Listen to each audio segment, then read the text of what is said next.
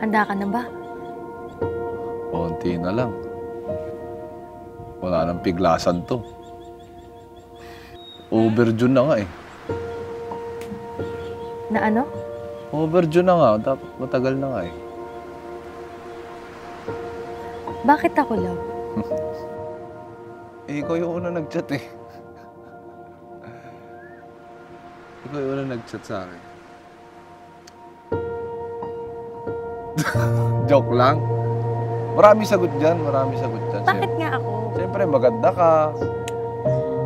Ano ba yan? Mapagmahal na ina. Diba? Pero kung parang sasagutin mo talaga na. Hindi, ano yung unang papasok sa isip mo pag tinanong ka? Bakit si V? Bakit si V yung papakasalan mo?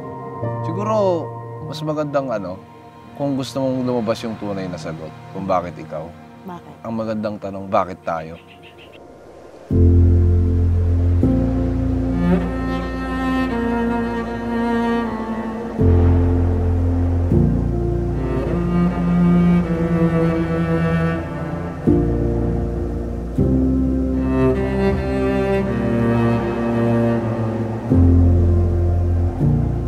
Hindi saka para sa akin, nung nakita kita, tapos nakasama na kita, tapos sumama ka na sa ginagawa ko.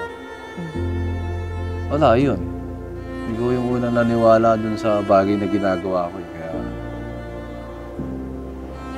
ikaw talaga.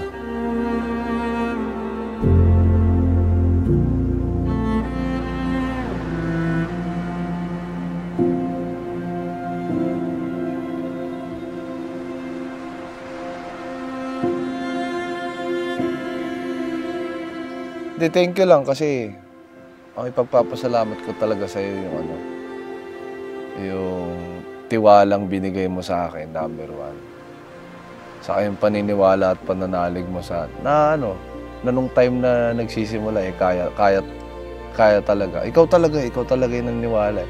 Kasi nung time na yun, nung dumating ka, sobrang hirap ng mga bagay na yun. Pero nung dumating ka, naging mahirap na lang siya.